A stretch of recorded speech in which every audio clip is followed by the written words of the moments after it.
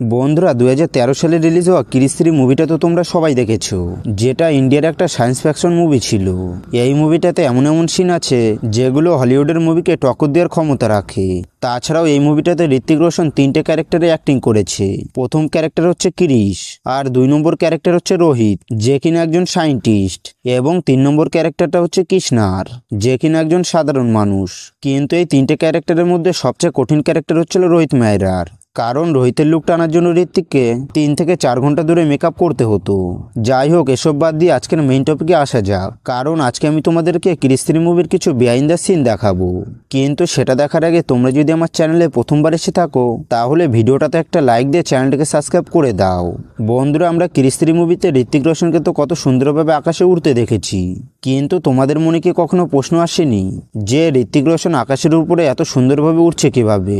আসলে এই সিনটাকে শুট করার জন্য মেকার্সরা ঋত্বিকের গায়ে দড়ি বেঁধে ভেবে টেনে আকাশে উড়াতো। তাছাড়াও পিছনে গ্রিন স্ক্রিন লাগানো হতো, যাতে করে সিনটা এডিট করার সময় পিছনের ব্যাকগ্রাউন্ডটা খুব সুন্দরভাবে চেঞ্জ করা যাবে।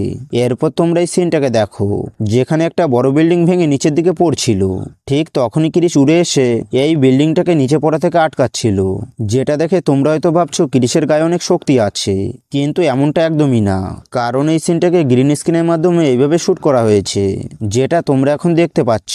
তাছাড়াও তোমরা মুভিতে ক্রিস আর কালের মারামারির এই সিনটা তো অবশ্যই দেখেছো, যেখানে আমরা প্রচুর পরিমাণে বিল্ডিং ভাঙতে দেখেছিলাম। কিন্তু এই সিনটা কিভাবে শুট করা হয়েছে সেটা একবার দেখুন।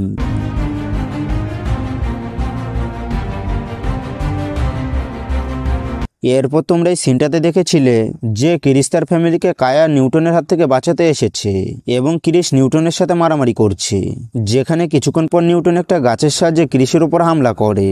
কিন্তু নিউটন যে গাছটা দিয়ে ক্রিসের উপর হামলা করে সেটা কোনো গাছ ছিল না, কারণ এই সিনটাকে শুটিং করার জন্য 2টো প্লাস্টিকের ডোর ব্যবহার করা হয়েছিল, যেটাকে এডিটিং করে পরে আমাদেরকে মুভিতে একটা গাছের সিন দেখানো হয়েছে।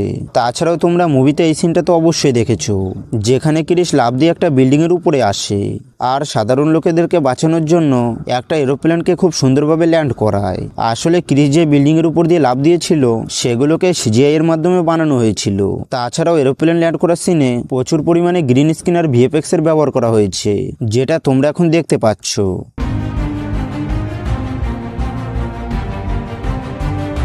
তো বন্ধুরা, এই ছিল ক্রিস 3 মুভির কিছু বিহাইন্ড দ্য সিন।